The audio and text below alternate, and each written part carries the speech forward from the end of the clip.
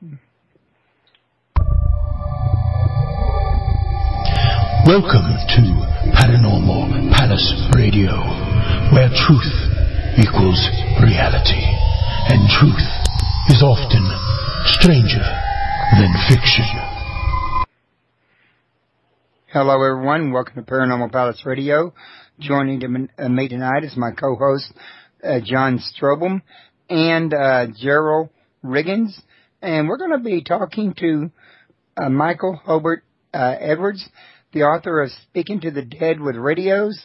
And he's got an interesting book he's going to tell us about tonight, in which he's cataloged a lot of information, in which the history of these ghost boxes, as well as the old recorder type message where you didn't do it in real time, and the ones that he likes to talk about mainly, you can actually have an interactive conversation with the deceased, and actually even call people you know that are deceased to talk to you in real time. And he's got a lot of information in here about how these devices got started, who did it, the whole entire history of them. He goes into a lot of methods he uses for the actual recording and the different kind of ways he does his recording. It's a big book. It's plumb full of information. It's informative.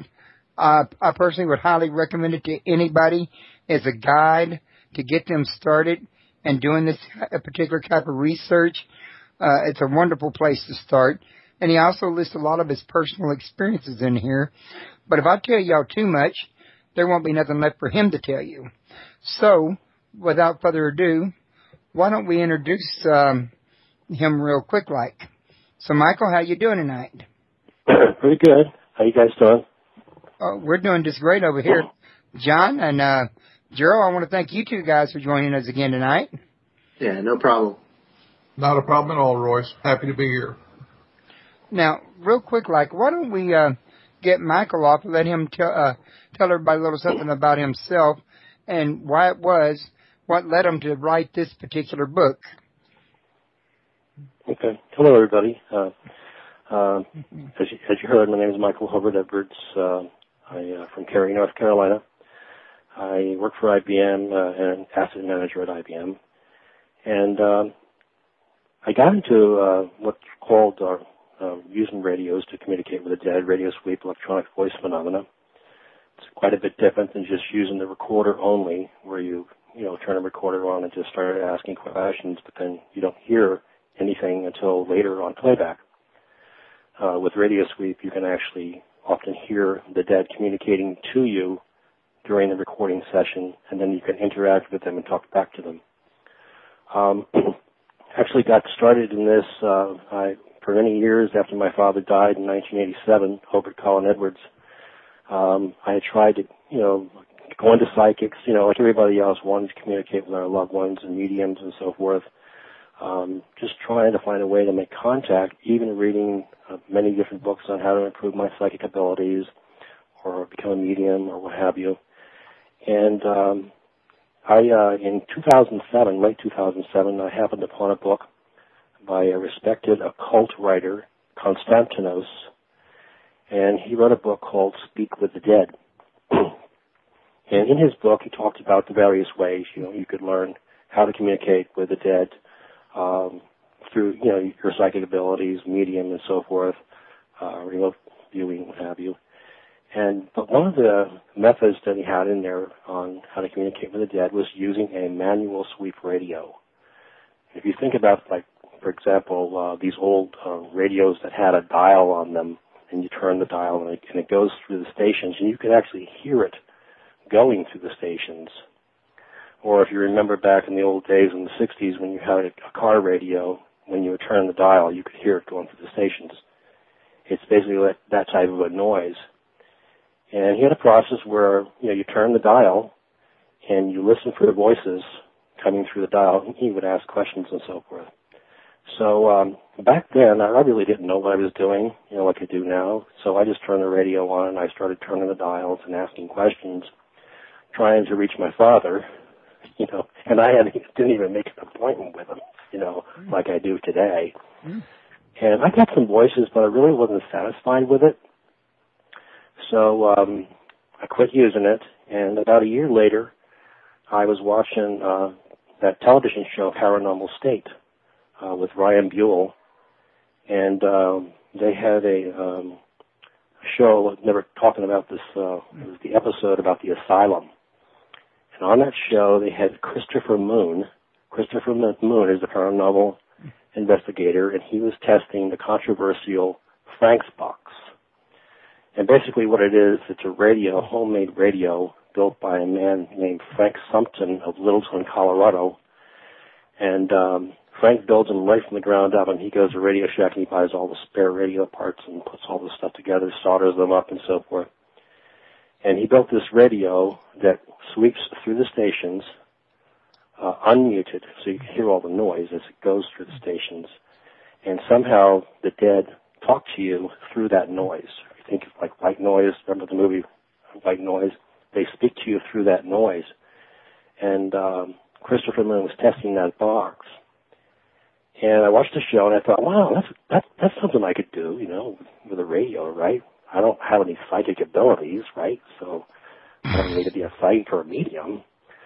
So I contacted the show and I found out who Frank Sumpton was and how to get in touch with him.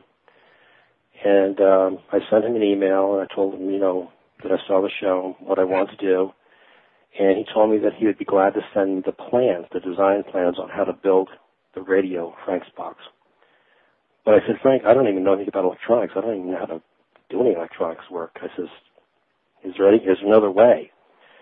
So Frank told me, he says, yes, there is another way. He says, go to Radio Shack and buy this model radio, the Model 12-469 radio, $25 radio. And he says, and then go out to YouTube. And on YouTube, there's a man by the name of Mike Coletta who creates these videos. Mike Coletta runs a website out there called UFOgeek.com. And Mike has these step-by-step videos on YouTube that teaches you how to take these radios apart and how to cut the mute pin, or sometimes it's a mute wire depending on the model. And when you cut that pin, it allows the radio to sweep through the stations or scan the stations unmuted. Okay? So he told me to do that, and then he says, and then what I want you to do is I want you to join my website on Yahoo called e.v.p. ITC group. And there's a bunch of guys there, myself, Bruce Halliday, Steve Holte of Keyport Paranormal, and we'll teach you how to do this. We'll teach you how to make contact and so forth. So I did everything he told me to do, and I joined the group, and, you know, I got with the guys, and they told me, okay, this is what you need to do. They says, unlike what you hear on television, you don't have to go to a haunted location to make contact with the dead. You could do it in your own home. The dead are everywhere, they told me. I says, okay. They says, when you get home, in your home or wherever you're going to do this, make sure you turn your recorder on first to record. Because as soon as you turn that radio on, you might get a message, and if you don't, it's just going to be another fish story, right? So I set this all up in my room. I have an office here that I work from because at the time I was working from home. And as soon as I turned the recorder on, as soon as I turned that radio on and set it to scan, I got a voice that came out real time that says, Mike Edwards. And I totally flipped out. And I said, oh, my God, who are you that called me? And what had happened is later on when I went to listen to the messages, there was actually a lower-sounding message that wasn't real-time. And when I say real-time means you can hear it during the session.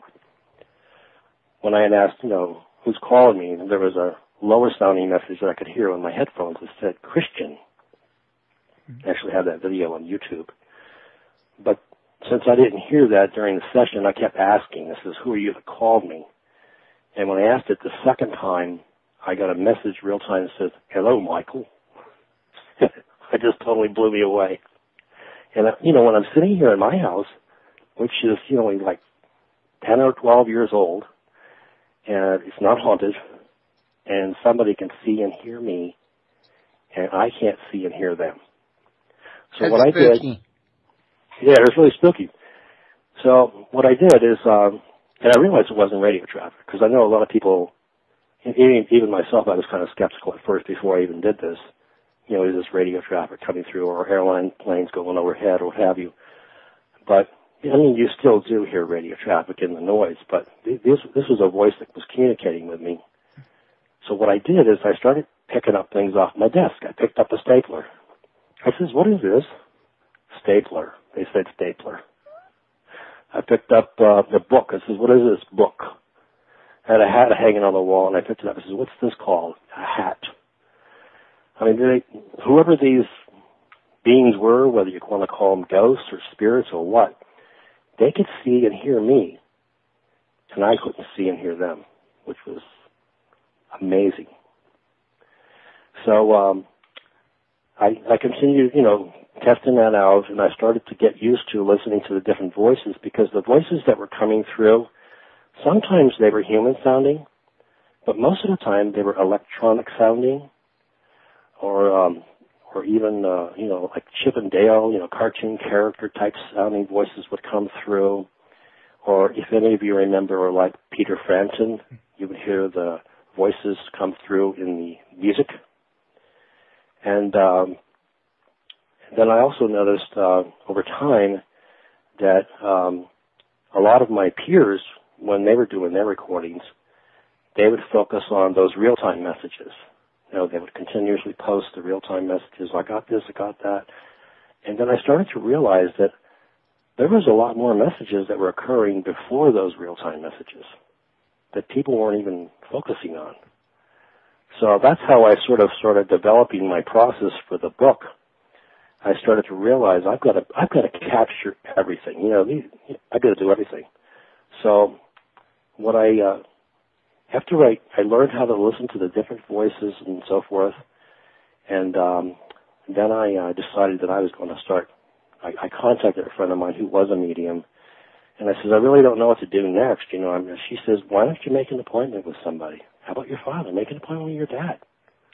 Just say a prayer to him, or she says, what faith are you? I says, well, I'm Catholic. She says, well, Catholics they believe that every person is born with a guardian angel.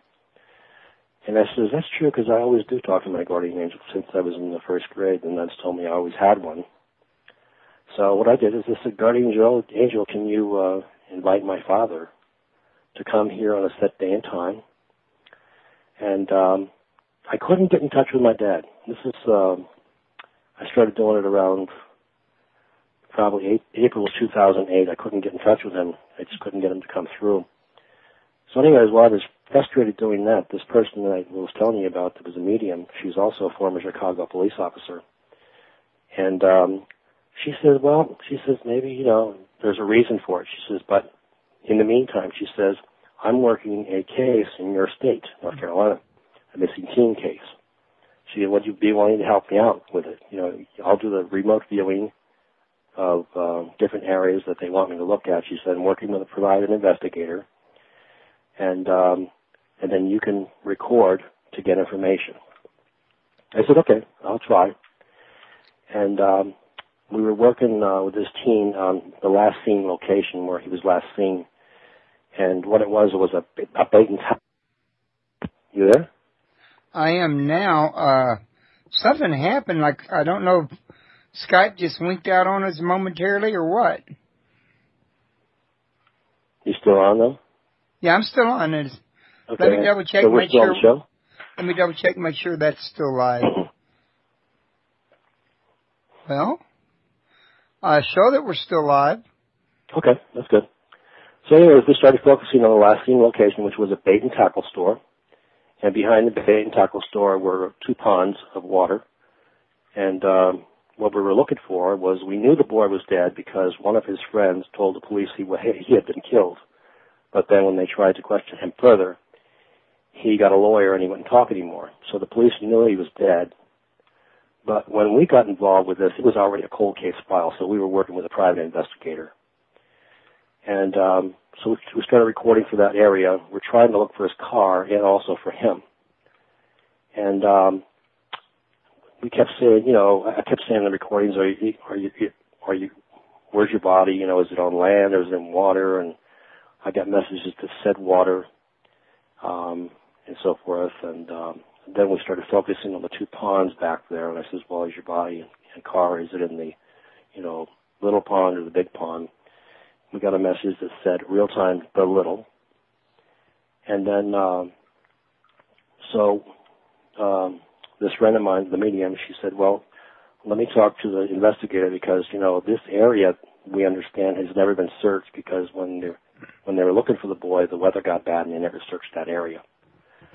So what they did is they got an investigation team to get permission to go on the land, and they went around I was also getting, I forgot to tell you this, I was also getting messages from the boy. He kept saying the word receipts. He would say, receipts, and this is what was coming through real time. And we couldn't figure out what that meant. So anyways, when the investigation team went in there, and they went looking around the little pond, they found a bag of receipts. And in the bag of receipts, they belonged to the boy. They were his. And then also they found a diary that belonged to his girlfriend. And the receipts were for purchases of new tires. And they found the tires strewn about the banks of the pond. So what they did is they went in there and they drained the pond. They found his leather jacket, a gun with a serial number scratched off, and a whole bunch of other stuff. But they never found the car or the body. They actually found the body about 10 miles away on a farm. But even just to get that information, from a deceased person was truly amazing. Oh, I would tend to agree. A lot of things in your book I thought was truly amazing because there's so much, and I'm sorry to interrupt you, but there's so much controversy out there about the old recording method to just record and play back EVPs later and the validity of that. And there's so much controversy about the validity of, paranormal phenomena, about ghosts and whether or not they're real. And a lot of the stuff you put in this book would indicate to anybody that was actually present with you when you were doing this that there could be no way that there's not something real going on. Otherwise, how can you have a live conversation going on? Yeah, and that's what's really amazing, that you could have that. And again, whoever's listening now, whether you're a paranormal investigator that currently uses Radio Sweep or not, or you're a weekend enthusiast, paranormal, if you're going to start out, if you're a newcomer, you're going to start out, the best place to start out, especially, I'm sure you're going to be skeptical of it because you're using a radio, right? Is this radio traffic? The best place to start out, if you read my book, is the show and they tell process. And that's basically what I described to you earlier. You pick up items and you ask them to tell you what it is. Once you start getting your answers, you're going to realize, gosh, somebody can see and hear me and I can't see them. Then you're going to know there's something real going on because you're getting direct answers to your questions. And then from there you go and you learn how to listen to the different voices. You learn how to try to figure out what is radio traffic versus, paranormal and so forth. Once you learn that, then you can go to the other session types, where you want to record with your loved one that passed away or somebody else's loved one. Or you could do, if you're a police officer, for example, and you want to record crime cases with a deceased victim to try to get more information, you could do that. Or you could take it on your paranormal investigations with you and do it. I remember I had joined a group here in North Carolina, the Carolina Hauntings and Research Society, and they actually let me bring my Radio Street device with me on a couple of investigations, and one of them was at Ferry Plantation Home in Virginia Beach, Virginia. And this was, and still is, a very amazing place. If any of you out there get the chance to go there, they will actually let you go in there and stay overnight. They'll put the manager in there to stay in with you overnight. And they usually charge about $15 a person and so forth. we went in there with a radio sweep device, and we had a group of 16 people, so we split up into 8 groups of 8, and some of us went upstairs and some of us went downstairs. The group that I was with, what we did is we were asking the dead to name us, and they named us. And we had people with unique names. We had a girl named Tiki and another guy named Boris, and they named them, which was totally amazing. We also had a girl there. This was her first time going on an investigation, and she was pregnant. And she asked them, what kind of child am I going to have, a boy or a girl? We got a loud message that said girl. And when we got with her, much later, talked to her, she said she did have a girl. She didn't even know. She had no idea what she was going to have. But we also there was a tree out back of the plantation where they used to hang the slaves. And we went out there and we asked them, what happened to the slaves back here? And somebody said they hung them. I got that on a YouTube video. You can actually hear that. And then we would ask questions like, can you count us? And they counted us as a group of 8. And I jokingly said I says, how many of you are in here died, or something like that? How many of you are dead, or how many dead are in here with us? I think the way they phrased the question, how many dead are in the room with us? And we got a message real time said, all of us, which made us all laugh. But what we did in that house also is every room we went in the house, we would ask the same questions, and we were pretty much getting the same answers. And what we did initially right from the start is we asked them, what's your favorite holiday? And they kept saying Christmas. So when we were toward the end of the investigation, I asked them, I said, why do you like Christmas so much? And we got a real-time voice that said, because of the presents. And so I said, this is really amazing stuff that you can get going on in these investigations. And what's really nice about this is really think about if you're a paranormal investigator and you're one today that uses the traditional recorder-only process where you go from room to room and you all sit there and you ask questions, but you don't hear anything because you can't hear anything until after the investigation's over. After you've already left the residence, that's when you go back and listen to everything you got.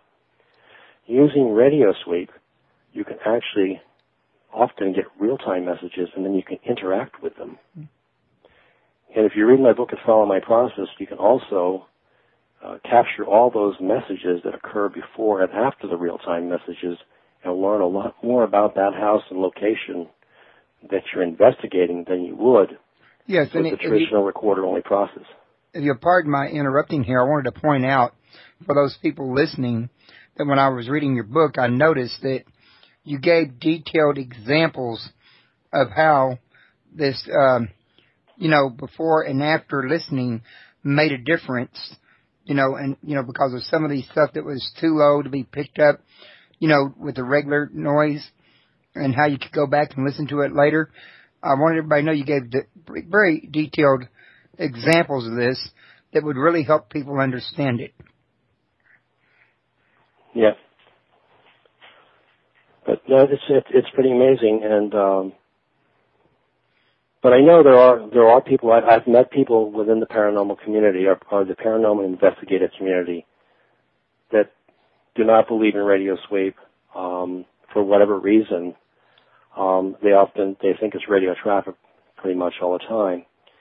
But I think the key thing that I want to point out, if there is anyone on the call listening that's in that category where you don't believe it, you believe it's radio traffic, the best place for you to test it out for yourselves, to be sure, is use the show and they tell process.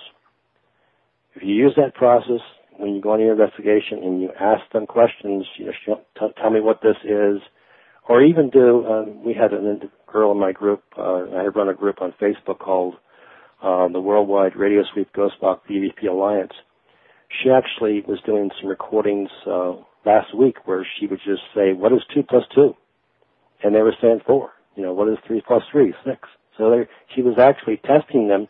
And another thing she did is she was testing them with nursery rhymes. Like Rudolph the Red-Nosed Reindeer had a berry, and then she would stop. and then she would get a message, shiny nose. So, you know, she was doing all kinds of really neat testing to get them to answer it. Okay.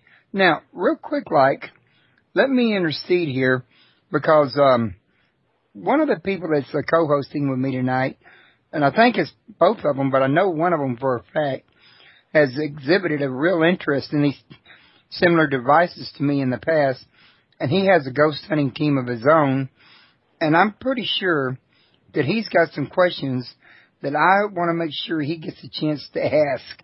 So, John, I think you know I'm referring to you, don't you? Yeah, Royce, I figured that out. First, to let Edward know, Gerald and I both have been to some of the Chris Moon classes that you talked about, and we've seen demonstrations of the ghost box. And actually, he's done a personal one for me, and he's done one for one of my team members, too. So we're very much familiar with that. Also, one of the things that we did not used to do was listen in real time, even when we're using a recorder out in the field. We started putting headsets on the recorders and letting somebody monitor while we're going, so that if we pick something up that we can hear with our ears across the recorder, we can respond to it. So we have found that to be beneficial, too. I don't know how many people have done that. We didn't used to do that until about a year and a half ago. So we had just started doing that. Now, I have the same Radio Shack hack you do, that 469. Yeah, I love that radio. Yeah. So anyway, that's what I have, too. Now, like you say in your book, the clicking noise is a little irritating. I find that the clicking noise is less on the FM frequency than on the AM, and I notice you like to stay on AM for your area. Yeah, I pretty much, when I use that radio, if I'm doing it myself, I'll keep it on AM, but when I record for clients, I'll keep it on FM because the clients just can't deal with the clicking noise. And when you think about noise, too, okay, and whether it's the clicking noise on AM, and this is just for this particular model radio, by the way, everybody, but also even on the FM, there's still noise, right? And one of the things that I tell my clients to do, and I'm sure you understand this yourself, is when you're listening for messages that's coming through that noise, what you have to think about is you want to listen for words, short phrases, and sentences within the noise. So think of yourself, you're in your family room, and you're watching a football game, and you're trying to listen to the game. Your wife comes in with some of her friends, or your children come in, and they start talking behind you and start banging pots and pans and doing all kinds of things. And now you can't hear the game, right, because you're hearing all that noise. So in order to hear the words, okay, coming through that, the radio, the sportscaster, what have you, you block out in your mind all that noise so you can hear those words. And that's what you need to do with Radio Sweep. When you're listening to it, you've got to block out the noise, all that background static and so forth noise, and listen for words, short phrases, and sentences. And that's the same thing when you do your transcription. When you put your headphones on, you're listening to it, and you're trying to listen to your files. You want to listen for the words. Well, that was another thing that I found interesting about your work, is that you do the transcription, and I don't know how much time you spend doing that. We haven't done that ourselves. We have pulled out the phrases like you talk about, where we have the question and the answer, and we leave that, normally we leave that in an MP3 file to get to the clients so they can play it on most anything. And I notice that you like different files for different reasons, and I am aware of your reasoning behind some of that. Yeah, one of the things that I do, and of course this took over 2 years for me to develop, okay, because I've, especially to try to get some idea of what's really going on here and to document it. Of course, at IBM I write education documents, so I'm really into writing, and I use the Microsoft spreadsheets a lot at work and so forth. And it's a good way to show something and explain it out, especially if you're going to explain it to your client, whether it's a client that you're recording for a loved one or whether it's your client that you're doing an investigation for. What you have here is a nice process. And this is the complaint that I've gotten from some of the paranormal investigators that I've talked to. They says, well, we can't explain this to our client that we're doing the investigation for, how we got these messages out of all this noise, which does have radio traffic in it. And basically the way I designed it is when you go into that house, you have to have a method of how you're going to record.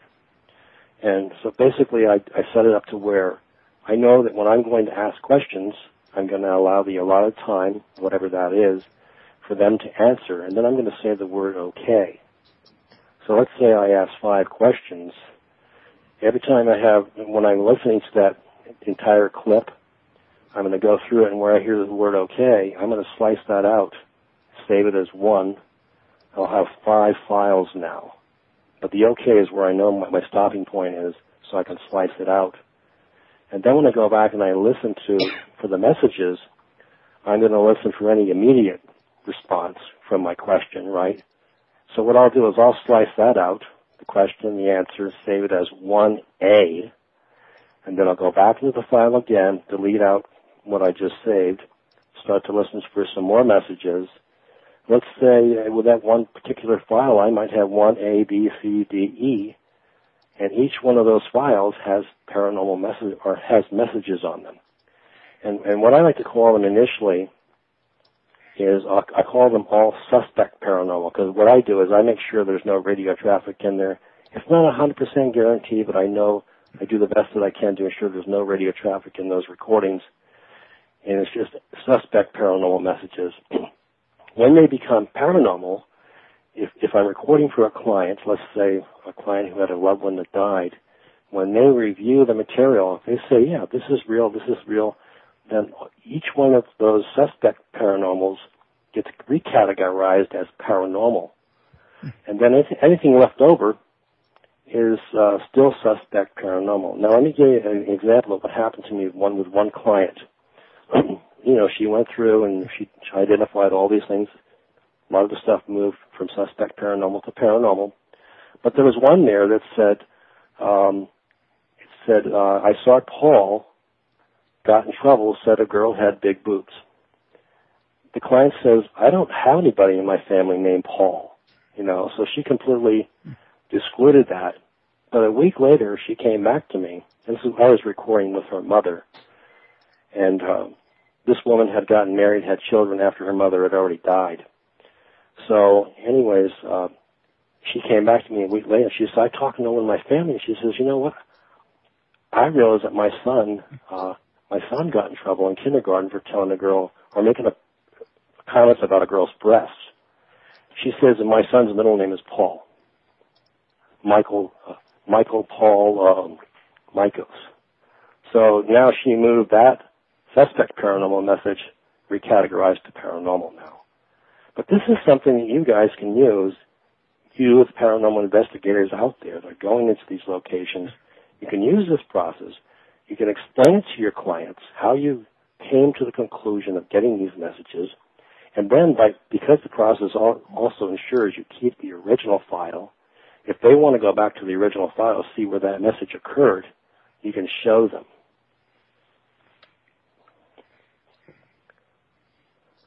John? Well, I'm wondering about how much time you spend doing that, because I know that in our process, the way we do things, we really haven't been using the sweep radio as much as we could be using it. In fact, we're trying to start using it more. We've got more people interested in it than we used to have. And so we're trying to get more back to using it. I've always used dowsing rods. I've been a dowser for over 40 years, so I can get some similar results, using dowsing rods just by asking yes and no questions. And that's always been easy for me. But we're trying to get back to where we're using the sweep radio and trying to do this. But we also find that we have limited time in trying to pull these out. Another interesting thing we've had happen is sometimes when we're sitting there listening to a file, we hear it when we're in a client's house, and we pack up and we go home. And even though we play it several times to the client right there while we're there, we go home and it's gone. Yeah, that is odd. Have you had that happen? No. I've talked to a couple other groups that have had similar things happen where files they hear it while they're there, and as they are, when they get home, they don't have it anymore. Yeah. It's just, I don't know what it is. That's interesting, though, yeah. Yeah. But anyway, you might keep keep an eye out, and if you find something, please let me know, because I'm curious as to what's going on there. Yeah. I'm kind of wondering if, the entities aren't there listening as you're going over it, and they are putting the input back out there where you hear it again, every time you play it, but then when you get home, it's not there. That's the only explanation I can come up with. Wow, I've never heard of that before. Yeah. So it's something that we've run into on more than one occasion. Mm-hmm. Yep. Was there anything else you wanted to add into that, John? No, I'm good on that. I don't know. Gerald may have some questions he wants to ask right now. Gerald? Well, I basically want to speak from experience. It's not really a question. Okay. Very recently, and you and I discussed this before we coming on to the air. We had talked about a private session that was done with John and Siobhan, and I heard the voices come over, man, and the question was asked about heaven. I believe Siobhan asked if heaven was real, and the voice came back and said, yes, heaven's real. It's like virtual reality, the way they perceive us, So I found that just very interesting in everything. And my question is Michael, have you come across situations like that where they try to describe the afterlife as far as, have you ever heard the phrase, it's like virtual reality? I've gotten, every time I ask my dad what's heaven like, he won't tell me. He tells me what he wants to tell me. He's just very stubborn about it. But when I've recorded for other clients, often I'll ask them myself, I'll ask them what's heaven like. And I did this recording with a drowning victim, and she was a teenager. And I asked her what heaven was like, and she said, it's awesome. She says, they have so much food here. Apparently she liked to eat. And she went on and on about the food and how beautiful it was. And she said, and my grandmother has her own place, and they're going to give me my own place soon to live. I mean, it was the way she described it was like it was a parallel universe, like another Earth that they were living in, and that they could eat and drink there. Because there was another client that I asked her, what heaven was like, and she was telling me they have the best wines and best food, and so that's the impression I got from different, times that I've asked.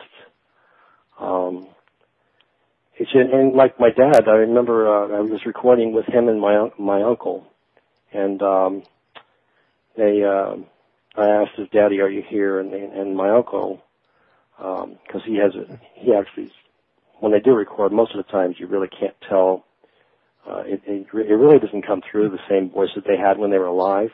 But for some reason, my uncle, when he talks, he has that real long southern drawl accent that he had when he was alive.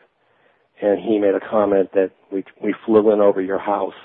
So they gave me the impression that they can fly, And then there was another woman who, she died in her bedroom with all of her sisters there.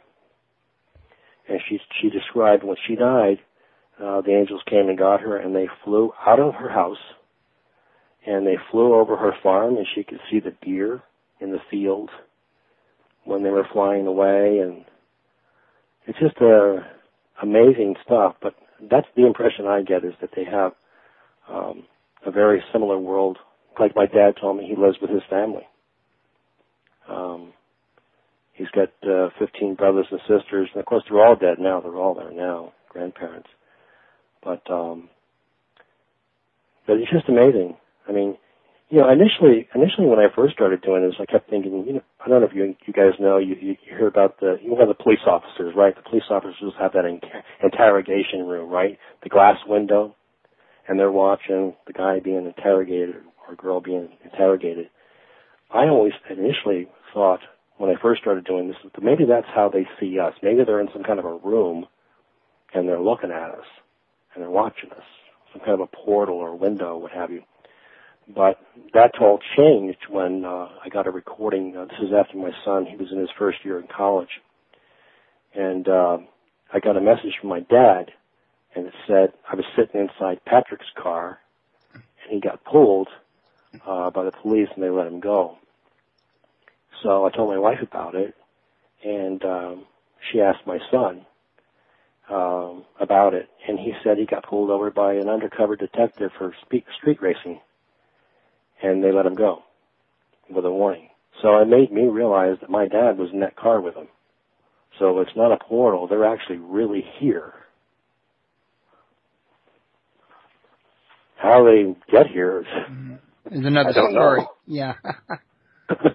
Well, in answer to what Carol is saying, too, in the chat room, Royce, I think that heaven is different for everyone because one person's heaven is another person's hell, let's face it. And Carol has asked here, I wonder if our pets are in heaven waiting for us. And I'm sure Edward's going to tell us that he's had communication with people that have their animals with them. And for all some right. people, that's it, John. You're reading my mind. I was fixing to ask him the same thing. When you for some people, if your pets aren't there, it's not going to be heaven for you. You know, so I mean, your pets have to be there, Carol. Oh, the pets. Okay, let me tell you about the pets, and this is something recently that just happened to me. It happened to us toward the end of last year. My daughter's cat, Matilda, died. This was her favorite cat. I mean, she's had this cat since 2003, and I actually got up to go to work, and I found the cat dead in her bedroom. Okay, so I woke my wife up, and I said, "What do we do? The cat's dead, you know." And so I said, "We have to wake her up and tell her, you know, can't just take it away." So, anyways, it was a very emotional situation, and my wife, her grandmother. Was a medium. My wife is Cuban, and her grandmother was a medium in Cuba. She lived to be 100 years old, and she had the ability where she could see and hear spirits, and she had already passed. So anyways, I told my daughter, I said, I'll do a recording, and I'll see how Matilda is. I actually got these on YouTube and out there, the recordings with the cat. And I did a recording, and first of all, of course, I asked if her grandmother was there, and she says, yes, we're here. And I said, you know, where's Matilda? And they said, I got a message that says she's downstairs with Mary. And my daughter was downstairs in the kitchen eating. And then we had another cat that had died previously to that named Butterscotch. And I said, where's Butterscotch? And they said, Butterscotch is downstairs with Mary. And then I asked, you know, if the cat Matilda had any message for Mary. Now, I don't know if the cat's giving the message or if maybe it's an angel relaying the message. But I asked the cat, you know, do you have a message for Mary? And the message that came through, it says, she's going to miss me. Real clear message, which I got on YouTube. So they do go there. Animals do go there. And I'll tell you another reason why I know they go there, too, is I'm not sure if any of you have ever used this process that was developed by Margaret Downey, called the Water Instrumental Transcommunication. It's basically taking a clear glass bowl or dish or a shiny bowl or dish and filling it partway with water, 3/4 of the way, stirring it, put it underneath a light source, and take photographs of the water while you're stirring. I've gotten a lot of images of cats and dogs and animals show up in that water, seals, bears, even elephants. So from my own experience, I know that they do go to heaven, and they are there. Okay. Well, I was trying to a minute ago put in a little humor, but I thought John made a great point, as do you, about the pets. I thought it was kind of funny that I was just fixing to ask you if you'd ever picked up a pet during one of your, sessions with the box, the the radios. Right. And, he was going in that same direction, so I thought it would be kind of humorous to say, oh, wait a minute, you read my mind, you're breaking in where I was going to go. Well, I remember after the other cat, Butterscotch, had died, this was like a couple of weeks afterwards, I was doing a recording with a client's family member, and a message came through and it said, there's a cat on your lap. So I was thinking it might be Butterscotch. Well, I'm thinking other things here too, Royce. I mean, if heaven's different for everybody too, I mean, then when you ask somebody over there what heaven is like, how can they tell you? All they can tell you is what it's like for them. They can't tell you what it's like for you. You see what I'm saying? Right. Yeah. And I've had guests on, John, that have mentioned that in many cases, it's like heaven is tailor-made to the individual. Yeah. You pretty much get what you think you're going to get when you get there, in other words. Right. You'd have to, or otherwise it wouldn't be worth the effort. You know, God wouldn't have done his job, and I'm sure he's done his job thoroughly. In fact, I'm fascinated by the idea, because how can he do that for so many people and wedge all these things together where they work in a cohesive manner without disrupting somebody else's heaven? Right. Well, one of the things, though, John, I wanted to mention while we still had time in the show, I don't want to let this guy get away, is because one of his chapters at the very back of the book is devoted to this, and I think he makes a lot of excellent points, and that's the fact of how many different uses you can use these radio boxes for. And I thought you might like to tell us a little something about that, Mike. Right. That's a very good point to make. And that's an interesting thing, because when you really think about this, okay, for those of us that do use it, some of us are just weekend enthusiasts, we go to cemeteries or we go to haunted places or what have you. A lot of us use it in our investigations, going into clients' homes or businesses and try to find out what's going on and so forth. But if you really think about, if you try to think about, well, what can we use it beyond that? Okay? Okay, a good example. Police officer trying to find how this crime victim died. You can record with that crime victim that died and try to get information from the crime victim. Or let's say you have a missing child that has not been found yet. Okay? Now, based on what we know, or at least what I've learned anyways, is I know the dead can see and hear me. I know they can. Okay? So let's say a child goes missing. If their grandparents are dead, you know that grandparents is going to be watching over that child. So you would want to record with them and try to get information from them what happened to the child. So a police officer could do that. And the reason why I keep saying police officers, initially, as you know, and I showed you that case that I got involved with, I think from experience it's better if you're an officer that you do this yourself rather than have a person like me who's not a police officer do it. Because police officers, law enforcement officers have access to information that myself, I do not have access to. So they may already know a lot of the stuff that I'm getting. It's stuff that they haven't released to the public. So they have their little puzzle board that they're working. They're trying to fill in the puzzle pieces. So they know what questions to ask. So it'd be better if they recorded it, and also if they got something that, you know, was really gory, you don't want to give that to a family member. And here's another reason why. And this is very important, because I've actually recorded. I don't record. I try to stay away from crime cases anymore, unless it's with an investigator or a police officer.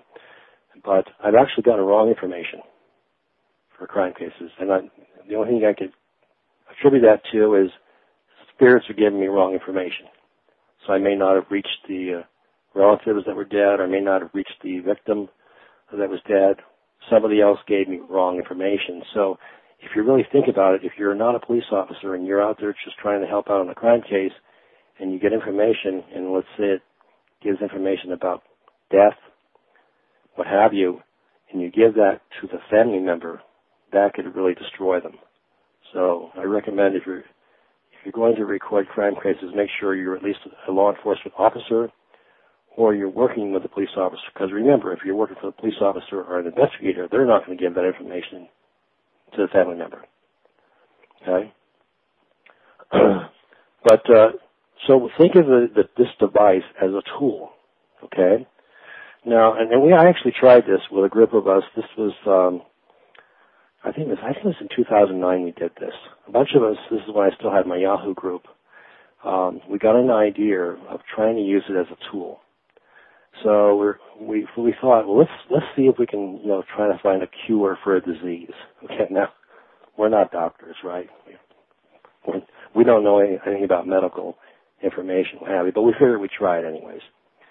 So I had met this guy at a party, and he told me that he was a cancer researcher at Duke University Hospital, and he was doing cancer research on melanoma cancer, and they were trying to find this particular solution to solve a problem they were doing with their research. So he gave me a couple of questions to ask. He says, I don't really believe in this, but I'll give you a couple of questions to ask and see what you get. And so we took those questions, and I gave them out to our group, and we all, on different days, we recorded with a deceased and renowned cancer researcher to try to get the information for this the living researcher. And only one of us actually got a medical term that through listening to it phonetically, we were able to go out to Google, and it was actually associated with melanoma cancer research. But what we realized from this experience is we were the wrong people doing the recording. It should have been a cancer researcher. Why? Because there's a lot of medical terminology that none of us would recognize because it's not part of our everyday English language. So we could have missed a lot of information because it's not language that we hear every day. So we realized from that experience. But also it could be used for, there's a group out there today called the Futurists, and what the Futurists do is they engage in a lot of remote viewing to try to learn about new technologies and that they can give to companies and corporations that they work for. They could use this device with the belief that the dead know the answers to a lot of our questions, unanswered questions. They could use this device to try to get information about new technologies, what have you.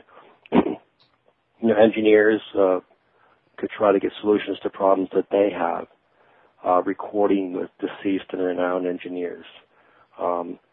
Again, with the understanding, and if you think about it, where do a lot of our inventions come from? Do they come from thoughts maybe from the other side? But I think that's what we should be moving towards, is try to, because I know there's a lot of focus on, well, is this real or is it not real? When they start off with a show and they tell a process and you realize there's something really going on here, I think people should really take this process and move forward and try to use it as a tool and try to get information. Now, one of the things that I'm going to be trying this year, as soon as I get caught up on my client recordings, is I came up with this idea, and this is a question I'm going to ask, is I actually found on Google a deceased, renowned Egyptian archaeologist that died in 1925. And I'm going to record with him, and I'm going to ask him who built the pyramids. Let's see what I get. So there's a lot of information we can learn and use this as a tool. For those of us in our fields, we're trying to solve problems. And I think that it's important that to get the word out about Radio Sweep and get people out there testing it and using it. I think that's a very good point. John, I was just listening to him, and I had another question come to mind. I almost want to ask you, Mike, have you ever, or do you know of anybody who has ever attempted to call forth a spirit from ancient times, like back in the times of the building of the Pharaoh or back in the Sumerian days? And if so, did they have any success? I've recorded with Jesus Christ and the Blessed Virgin Mary. And I actually got messages back from them. Now, I remember that part in your book, and I was fixing to come to that. But what I'm talking about is like still 4,000 years further back. No, I don't know anybody that's gone that far. And that's a good question, because you think to yourself, okay, how long do we stay in the spirit world before we're reincarnated? And how many people have reincarnated and went back to the spirit world after another lifetime? Like, say, somebody just lived a lifetime now that had been reincarnating down through the millennia, and now they passed away and they're waiting to reincarnate again. And while they're on the other side, they have all this knowledge. Right. That would be interesting to go back that far, even to ask, do a recording with Herald. I think it'd be something that would be worth experimenting with, even if you don't get anything out of it. I mean, it's bound to do something for your curiosity. Or even Julius Caesar, you know. Or that's a good idea. I never even thought about that. Or what if, even though you had multiple lives, each of your individual souls from those lives are living individually separate from you? Possibility, I suppose. Right. I've heard tell of that before. I don't know how accurate it is. One thing I do know is I've been sitting here kind of doing Mike a disservice because we've been here all this here time, and aside from when we first started, although I've mentioned his book, I have yet to mention, I was so wrapped up in our conversation, he's so interesting, that I forgot to mention where you can get his book. And right now, if you scroll down under his description, you'll see that I have a book cover linked to Amazon where you can buy it at. And it'll be up in the archives at this site and at my other radio site probably tomorrow or the next day after I get through converting this into a video. And you also can just Google Speaking to the Dead with Radios by Michael Hobart Edwards, and that will also get you to his Amazon page. And I'm pretty sure, Michael, you've got links somewhere to it as well, don't you? Yeah. Yep. Well, real quick, why don't you tell us where they can get the link at, and about your Yahoo group and your Facebook page? Yeah, the Yahoo group right now that I have, it's called Speaking to the Dead with Radios. I have it set up out there for my clients and so forth to go out there, or for prospective clients to go out there and listen to recordings. But right now, I manage a group on Facebook called the Worldwide Radio Sweep Ghostbox e.v.p. Alliance. And basically what this group is, it's people all over the world that use Radio Sweep. We all share our recordings and processes with each other, and also we share what radios can be hacked or taken apart and made usable as a ghost box in the different countries and so forth. So it's a really good group. If you want to join to learn about different practices and different radios you can use, and even where to get the radios today to use and so forth. There's also a couple of my members that actually build homemade radios. Steve Holte of Keyport Paranormal and Joe Chiappi, Cioppi, he builds the Joe's Box radios, so forth. And also, there's also another gentleman, Gary Galka. He's the one who built the Spirit Box. So forth. Yeah, I remember, I think you mentioned that in your book. And you were also mentioning what you were just talking about in your book, and the importance of having a place that, people that are in other countries that don't have the same access we do can learn where they can find it on our end of the world. And I think you're right. I think it serves a great purpose. And that was one of the things I did notice in your book all the way throughout it, was you were interested in helping everybody else with any needs they might have in regard to this, ghost sweeping or... Right. I mean, in my book, I've even got links to where you can contact Steve Holte of Keyport Paranormal. Steve has an excellent webpage of all the different radios that he's actually hacked and taken apart, and Steve is actually building radios now. There's another gentleman, Frank Sumpton, also he builds the homemade radios as well. And then there's Bruce Halliday of Inside the Box Ghost Box Research. He actually hacks radios as well and provides guidance and so forth. I mean, a lot of great guys out there.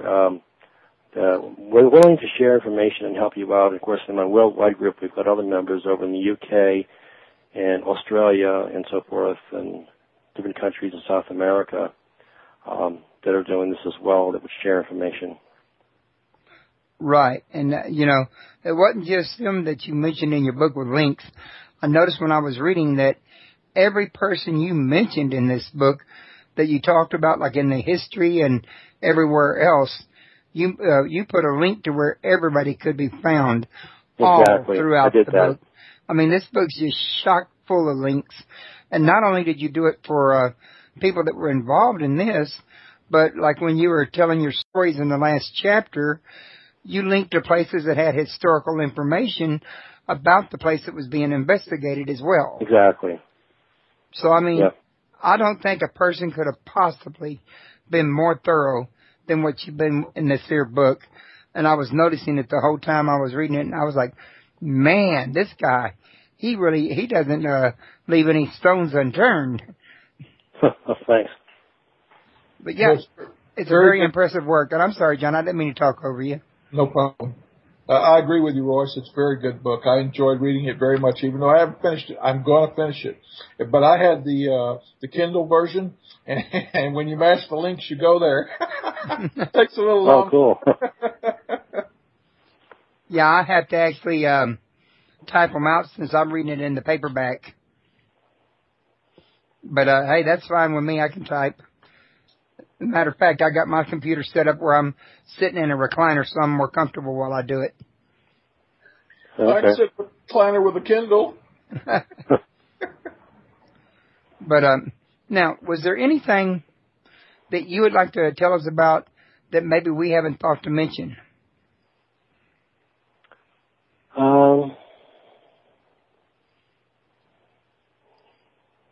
I can't think of anything now. I think the only thing that I can really think about, again, and it's with the paranormal investigation groups. When I wrote this book, I wrote it for newcomers, people who want to learn how to do it, and also I've given all the links of people that can contact to get more information and help and assistance. But also I wrote it to make sure I have a step-by-step process, a process that could be used to explain to a client how you came to get and determine that message. And, in laying out in a professional manner in a spreadsheet and so forth for your clients. Because I think that's important, especially to capture every single message. It's not just the real-time ones. It's those messages that occur before and after the real-time messages. Those are very key to understand because they could change the whole message by listening to those than what you originally thought it was. But you also gave great examples of that in the book too. Yep.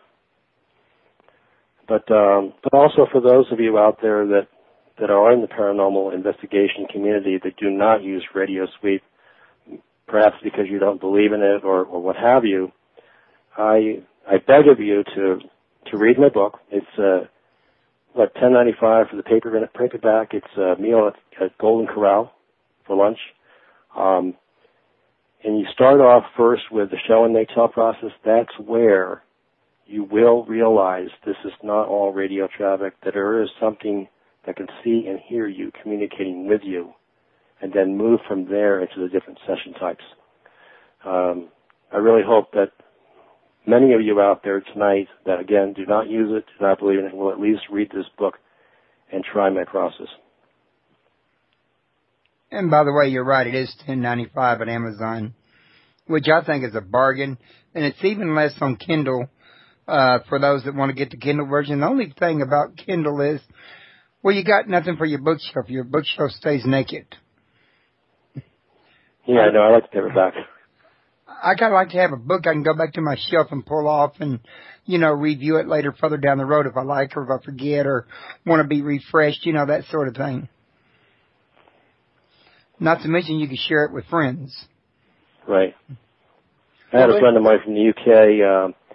He sent me an email over the Christmas holidays, and it had photographs he had bought several copies of my book, and he put them in stockings over the fireplace.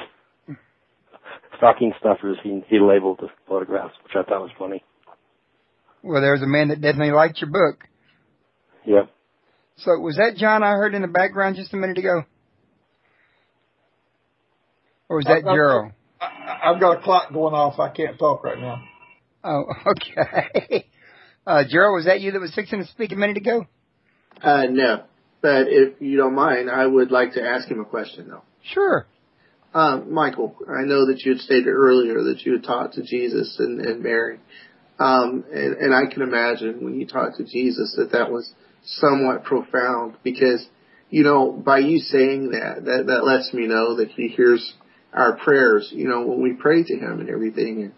And I'm a firm believer, man. I just want to clarify that. I straight up believe, God, the whole story. But, I actually have those messages on YouTube, and I also have a website, which I didn't give you guys. It's out in Yahoo. Actually, I have two websites where I have those messages posted from Jesus and the Blessed Virgin Mary. Let's see if I can find them real quick. Also, Royce, you had mentioned you like having paperback because you can share it, right? Right. We can do that with Kindle, too, but, what about people that ain't online? Yeah, I have the Nook tablet. I'm sorry. I didn't go Nook. Kindle. I went Nook. I love my Nook tablet. And you can lend it out like you were basically kind of saying. But, man, for me, because I'm in a wheelchair, I'm disabled. You know me, Royce, and as well as John does. And, for me, I would love to have a bookshelf full of books. But for me, it's so much more easier just to have it on that Nook tablet, Some people it is. I see people walking around with these here Kindle pads all the time. Yeah. Did you find it, Mike? Oh, I'm looking. Okay. I know I've never actually done any of this here. I have very little experience with this. I'm more into the ancient aliens and ancient religions and mythology and into the UFO than I am into the ghosts. UFO. Oh, boy. Oh, I have to tell you about that. I did a recording recently, and I actually have those out on YouTube. I did a record. I made it through my guardian angel. I did a recording with the aliens that died at Roswell. Oh, dude, that would have to be one interesting. And I recorded with them, and I've got some of those messages that came through on YouTube. If you can hold on one second here, I've got to get. We're not out of time, are we? Well, actually, we're out of time. About 7 minutes ago, I was just letting it override. Okay, let me get this. Yeah, when we're talking about Jesus, I remember when I recorded with Jesus, I asked, "Is Jesus Christ here?" And I got a message that said, they came through and said, "My Lord, they have come here to meet you." And then another message that came through, it said, "You have great passion." That's what he said to me. It was like, wow. And, even that he would even come and record with me just totally blew me away. I never expected that. Well, to be honest with you, Michael, I would say the way you wrote your book reflects a great passion. You could tell by the way you worded things and the detail you went to, the lengths you went to, that this is very important to you, and that bespeaks the passion. You're at least passionate about this. I can guarantee you that. Oh, thank you. Let me get the groups here. What I had to do is I had to sign on to my other ID. Okay, so the group name is called, this is at Yahoo. So when you go search the Yahoo groups, it's called EVP-ITC-with-Jesus-Christ. That's the group of Jesus. And then the one with the Blessed Virgin Mary.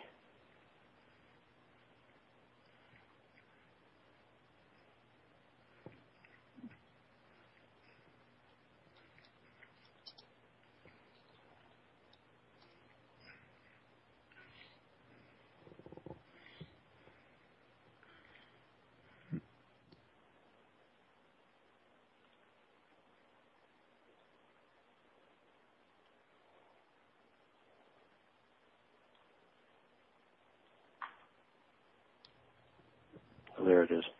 The one with the Blessed Virgin Mary says EVP-ITC-with-Jesus-Christ. Messages with Mary,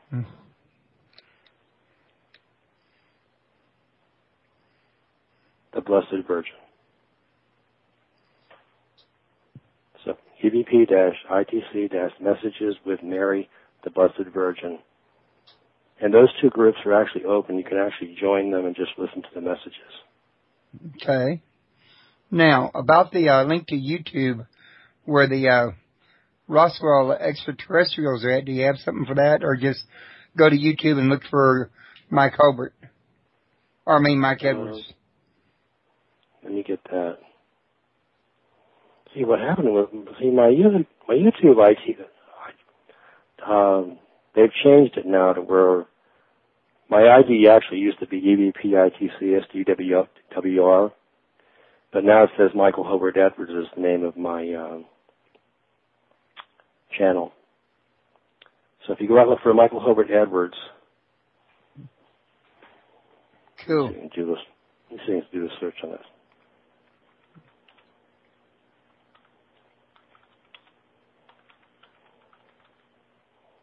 See if it comes up. Yeah, there it is.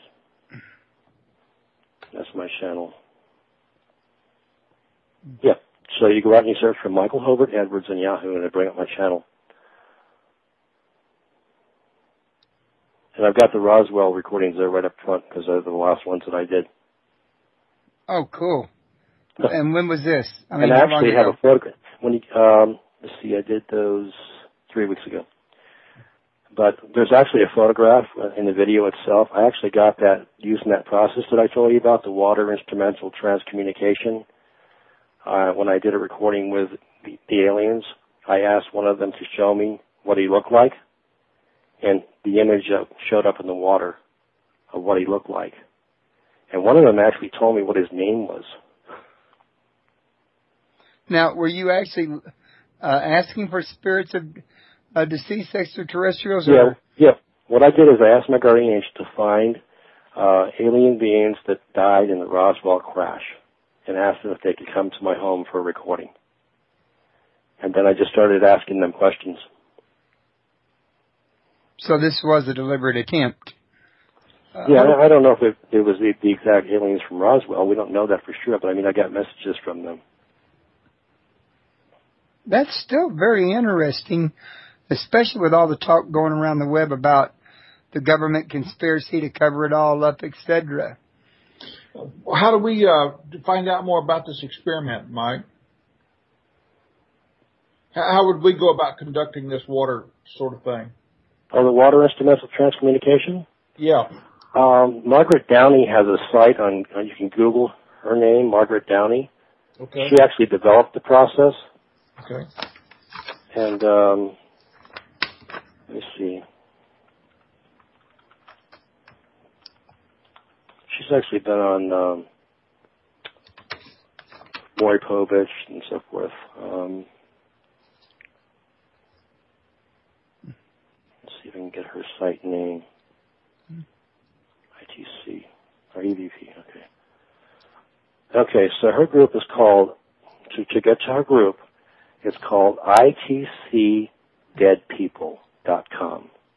So www.itcdeadpeople.com. Okay. And that's her group, and she has the process there for water instrumental transcommunication. Okay. That's who I learned from her. Well, this has been a fun radio show. I really enjoyed this. Oh, well, thank you. I've really enjoyed having you on. You had a lot of information to share.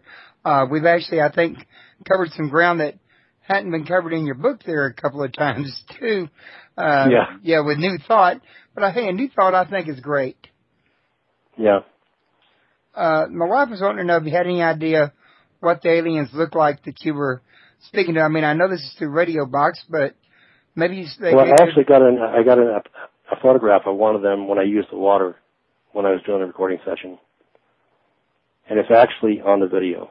If you go out to my YouTube page, you see the first video there. you can actually see the alien's face in the water while I'm stirring it. Oh, that sounds cool. So you can actually take a picture of a spirit in the water then, you think? Yeah, that's with the water instrumental transcommunication. I've actually gotten images of my father in the water. So, John, have you ever thought of trying that one before? I've never even heard of it before, Royce. But right now, I can tell you Siobhan is really excited. She's going to go to this site right afterwards, and I'm sure we're going to be taking pictures tonight. So, yeah, if you guys want to friend me on Facebook, I'm Speaking to the Dead with Radios on Facebook. I actually have about over 100 photographs that I've taken in the water. I can give you access to my album, and you can look at it. Okay, that's your world Facebook page? Mm-hmm. Well, I have to. The worldwide group is just actually a group that I created on Facebook. But my Facebook ID is Speaking to the Dead with Radios. Okay. Okay. Well, we'll definitely do that. Okay, now, Mike, does it matter what kind of water you use or what kind of container it's in? Or, I mean, can you run bathtub water and take a picture, or sink water and take a picture? You can use anything. Now, what I do is I use those clear Corningware baking dishes. And I also recently started using the shiny stainless steel pans, frying pans, or dog bowls. Okay. Now, does it matter what kind of camera you use? And I didn't mean to interrupt you. I apologize. What I use is just a regular Nikon digital camera. And then also what I just tried recently is using video. Now, the only problem with using video is you have to look at it frame by frame, and that can take hours. Oh, God. You know, whereas if you take photographs, you just look at the photograph and zoom in on them. But so I've actually got my daughter's cat, the one that died. I got an image of the cat in the water as well. Okay, back to the camera. I think you said it was a Nikon camera. Is that greatly different from a cell phone camera? It's like, you know that guy, that movie star that all the girls liked, the good-looking kid that was married to, what's her name? He does those camera commercials. It's one of those kind of cameras. It's point and shoot, you know. Well, I'm asking because I'm wondering if a camera, a cell phone camera, will work as well as the camera. I'm sure it can. Gerald, the key is you need to put it underneath a light source so you have a reflection on the water, and you need to shoot it at an angle while you're stirring, and the faces show up in that water when it's stirring.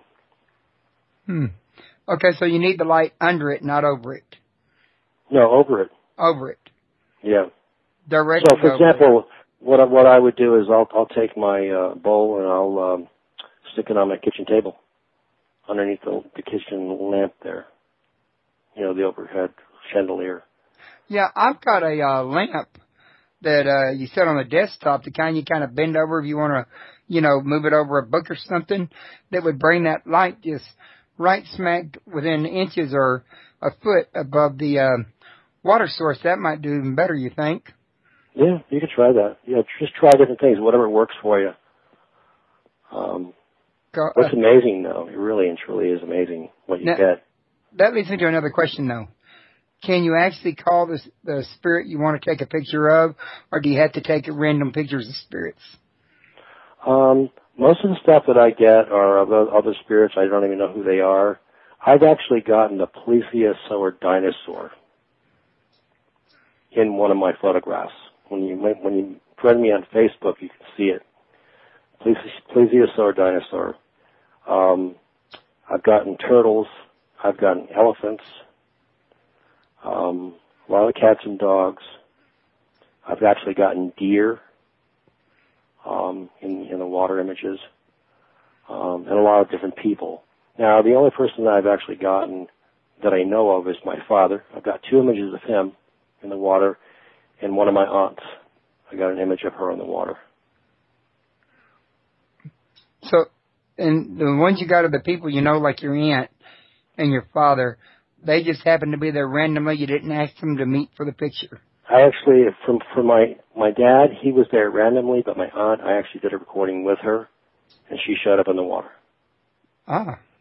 So you think maybe if you were to request somebody for a recording, they show up for it, that you can actually get them to pose for the picture in the water?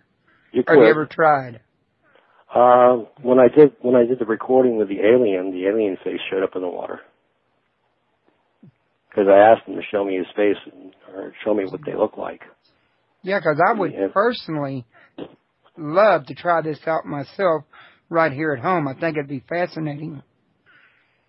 Yeah, That's you can try it. I mean, it's not guaranteed, but I mean, you can try it.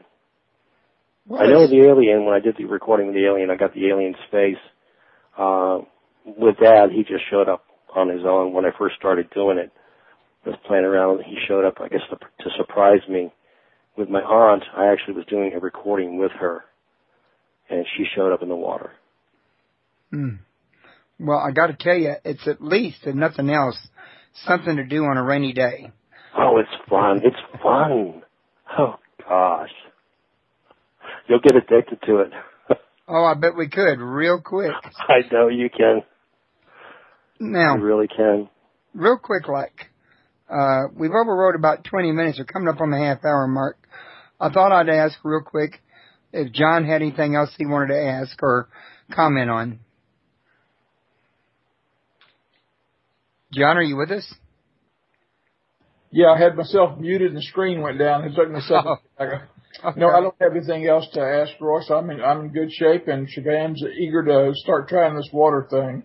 I am too, and I bet my wife is as well. Very little show today. Gerald, what about you? You got something you want to throw in there or comment or ask? Not really. Mike's pretty much covered just about everything that I had questioned. But I'm willing to try the water thing myself here in a few minutes. I am too. So, that's piqued my curiosity. It's something that when I heard him say, I said, I'm going to try that.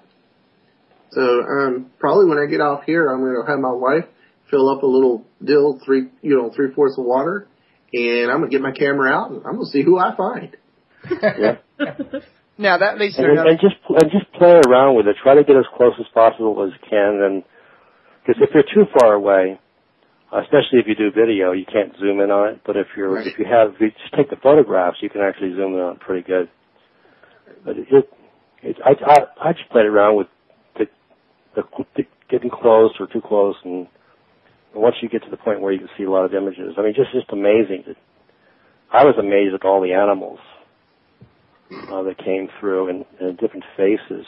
I've even gotten Civil War type people come through, and people in period clothing. I got a guy that looked like he was wearing a helmet and he had a sword, and with a woman next to him in a long dress. And like I said, when you friend me on Facebook, you can see all the images that I've gotten so far. Cool beans. There's another individual that does it as well. He's from Australia, and his name is Orion, Orion Silverstar. And he does a lot of the water photography. Well, that's something I can definitely dive into here at home, which is good in my condition, and I really do appreciate all that info and bearing with me while I was probably sounding like I was giving you the third degree when I was really just trying to learn. But like I said, we've got 7 minutes remaining. What about you, Mike? Do you have anything else you'd like to throw out there or add into this? Not really. I mean, other than, I would hope that, I think when I look at this process, I think to myself that all of us, I think, on the planet, we're entering a new age. I think more connection with the spirit world. I know there's a lot of people that are afraid to do it. But I think it's really important that we do it. I think it's, especially if I think to myself, if everybody starts communicating with their loved ones around the world in different countries, it might even help change the world. It might even help bring about world peace. I mean, especially when you think of other countries and other religions and so forth, there are people that are against everybody if they got with their loved ones, they might get messages to say, hey, don't act that way. Change the way you think and act. I think it's important that we reconnect and get closer, because I think what's happened to all of us is we've moved away from the spirit world, and I think we need to move back to it again.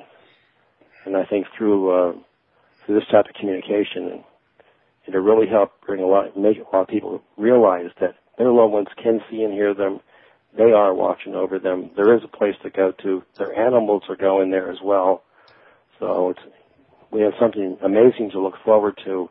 But also, we shouldn't feel and there's one more thing I want to say. This is really important, because this is a lot of what I get in these recordings, is that Dad always tell me that nobody ever talks to them. So what I tell a lot of my clients is, even though you can't see and hear them, make an appointment with them, say a prayer to your guide, or say a prayer to them and say, hey, can you meet me in my house, in this room, on this day at a set time, and just sit there and talk to them, even though you can't see and hear them, because nobody talks to them when they're gone. And that's one of the big complaints I get from the dead. So that's what I got to say. All righty. Well, Mike, I got to tell you, I've had a fantastic time. You've been a great guest, and I personally want to extend an open door to you, along with some of the other fantastic guests I've had over the last 6 years. Love to have you back anytime. You got my information. Just shoot me an email or send me a Facebook message and let me know you got something you want to come out here and say, and I'll hook you right up. Okay. It's a pleasure talking to all of you, and especially to the audience, even though I can't see and hear you. It was a pleasure talking to all of you. And you as well. John, Gerald, would y'all like to say goodnight? Anything y'all want to add real quick, like? I'd like to say goodnight to everybody, and it was a real pleasure to have met you, Mike. Enjoyed you much. Also, Mike, I'd like to say thank you for just coming by and talking with us, man. You have really just kept me entertained from the beginning. Your session with Jesus, I'm very intrigued by, and I'm going to go look for that on YouTube as soon as we're done. But I want to thank you for just being here. It's been an honor, sir, and I thank you. All right, thank you. And I want to personally thank everybody out there in Radio Land who's listening for being a participant. I couldn't have a show without listeners, and for my books, if you're listening, that's definite interaction and participation. And once again, you can get his book on Amazon, Speaking to the Dead with Radios.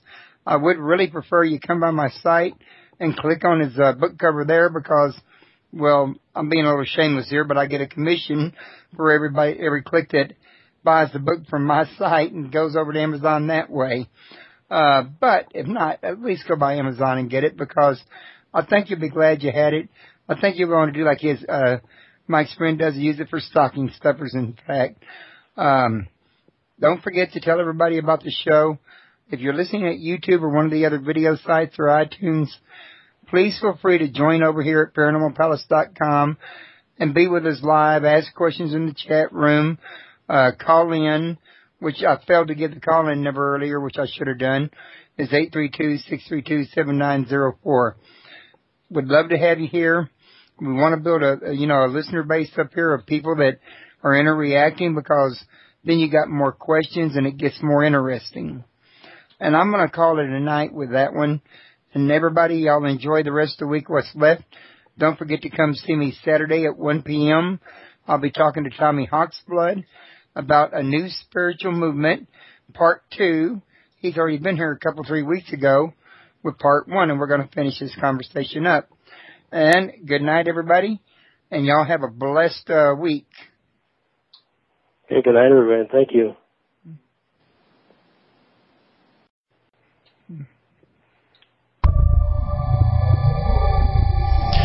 Welcome to Paranormal Palace Radio, where truth equals reality, and truth is often stranger than fiction. Hello, everyone. Welcome to Paranormal Palace Radio. Joining me tonight is my co-host, John Strobel and Gerald Riggins, and we're going to be talking to Michael Hobart Edwards, the author of Speaking to the Dead with Radios, and he's got an interesting book he's going to tell us about tonight, in which he's cataloged a lot of information, in which the history of these ghost boxes, as well as the old recorder type message where you didn't do it in real time, and the ones that he likes to talk about mainly, you can actually have an interactive conversation with the deceased, and actually even call people you know that are deceased to talk to you in real time. And he's got a lot of information in here about how these devices got started, who did it, the whole entire history of them. He goes into a lot of methods he uses for the actual recording and the different kind of ways he does his recording. It's a big book. It's plumb full of information. It's informative. I personally would highly recommend it to anybody as a guide to get them started and doing this particular type of research. It's a wonderful place to start. And he also lists a lot of his personal experiences in here. But if I tell y'all too much, there won't be nothing left for him to tell you. So, without further ado, why don't we introduce him real quick like. So, Michael, how you doing tonight? Pretty good. How you guys doing? We're doing just great over here. John and Gerald, I want to thank you two guys for joining us again tonight. Yeah, no problem. Not a problem at all, Royce. Happy to be here. Now, real quick, like, why don't we get Michael off and let him tell everybody a little something about himself and why it was, what led him to write this particular book. Okay. Hello, everybody. As you heard, my name is Michael Hobart Edwards. I'm from Cary, North Carolina. I work for IBM and an asset manager at IBM. And I got into what's called using radios to communicate with the dead, radio sweep, electronic voice phenomena. It's quite a bit different than just using the recorder only, where you turn a recorder on and just start asking questions, but then you don't hear anything until later on playback. With radio sweep, you can actually often hear the dead communicating to you during the recording session, and then you can interact with them and talk back to them. Actually got started in this for many years after my father died in 1987, Hobart Colin Edwards. I had tried to, go into psychics, like everybody else, wanted to communicate with our loved ones and mediums and so forth.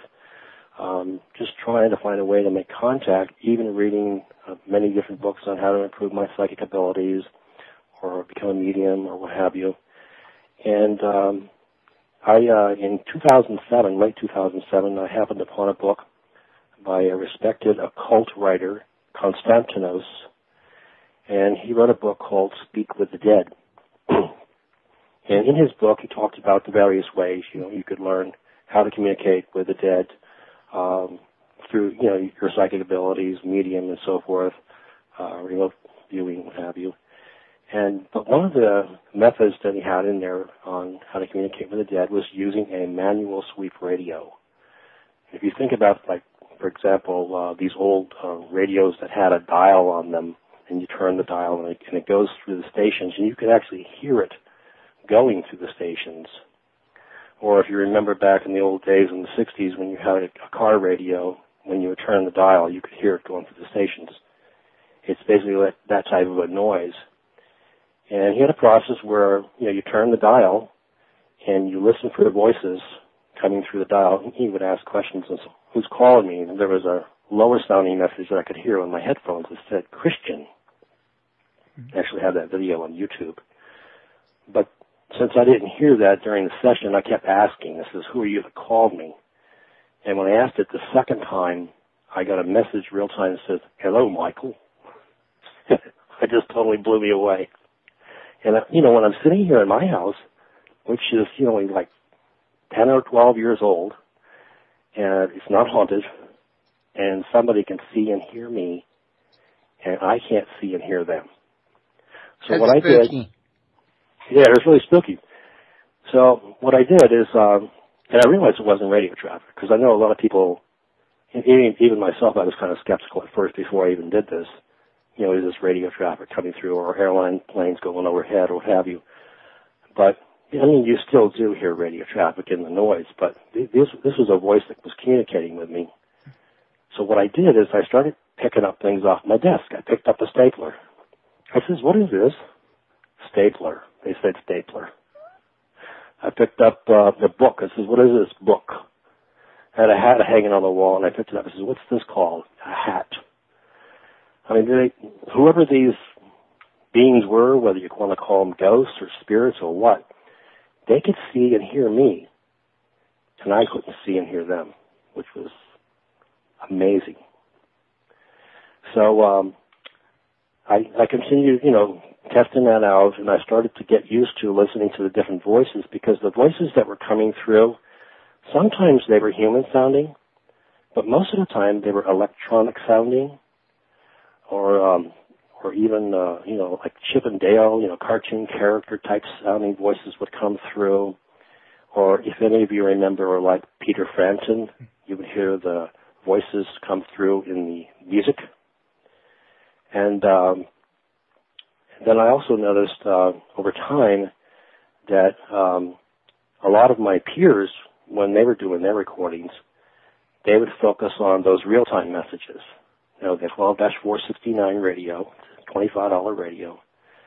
And he says, and they go out to YouTube, and on YouTube, there's a man by the name of Mike Coletta, who creates these videos. Mike Coletta runs a website out there called UFOgeek.com. And Mike has these step-by-step videos on YouTube that teaches you how to take these radios apart and how to cut the mute pin, or sometimes it's a mute wire depending on the model. And when you cut that pin, it allows the radio to sweep through the stations or scan the stations unmuted. Okay? So he told me to do that, and then he says, and then what I want you to do is I want you to join my website on Yahoo called e.v.p. ITC group. And there's a bunch of guys there, myself, Bruce Halliday, Steve Holte of Keyport Paranormal, and we'll teach you how to do this. We'll teach you how to make contact and so forth. So I did everything he told me to do, and I joined the group, and I got with the guys, and they told me, okay, this is what you need to do. They says, unlike what you hear on television, you don't have to go to a haunted location to make contact with the dead. You could do it in your own home. The dead are everywhere, they told me. I says, okay. They says, when you get home, in your home or wherever you're going to do this, make sure you turn your recorder on first to record. Because as soon as you turn that radio on, you might get a message, and if you don't, it's just going to be another fish story, right? So I set this all up in my room. I have an office here that I work from, because at the time I was working from home. And as soon as I turned the recorder on, as soon as I turned that radio on and set it to scan, I got a voice that came out real time that says, Mike Edwards. And I totally flipped out. And I said, oh my God, who are you that called me? And what had happened is, later on when I went to listen to the messages, there was actually a lower sounding message that wasn't real time. And when I say real time means you can hear it during the session. When I had asked, so forth. So back then, I really didn't know what I was doing, like I do now. So I just turned the radio on, and I started turning the dials and asking questions, trying to reach my father, and I didn't even make an appointment with him, like I do today. And I got some voices, but I really wasn't satisfied with it. So I quit using it, and about a year later, I was watching that television show, Paranormal State, with Ryan Buell, and they had a show, never talking about this, it was the episode about the asylum. And on that show, they had Christopher Moon. Christopher Moon is a paranormal investigator, and he was testing the controversial Frank's box. And basically what it is, it's a homemade radio built by a man named Frank Sumpton of Littleton, Colorado. And Frank builds them right from the ground up, and he goes to Radio Shack and he buys all the spare radio parts and puts all the stuff together, solders them up and so forth. And he built this radio that sweeps through the stations, unmuted, so you can hear all the noise as it goes through the stations. and somehow the dead talk to you through that noise. If you think of like white noise, remember the movie White Noise? They speak to you through that noise. And Christopher Lynn was testing that box.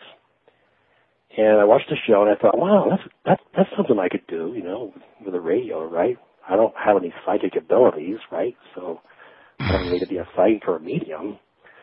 So I contacted the show, and I found out who Frank something was and how to get in touch with him. And I sent him an email, and I told him, you know, that I saw the show, what I wanted to do. And he told me that he would be glad to send me the plans, the design plans on how to build the radio Frank's box. But I said, Frank, I don't even know anything about electronics. I don't even know how to do any electronics work. I says, is there another way? So Frank told me, he says, yes, there is another way. He says, go to Radio Shack and buy this model radio. The model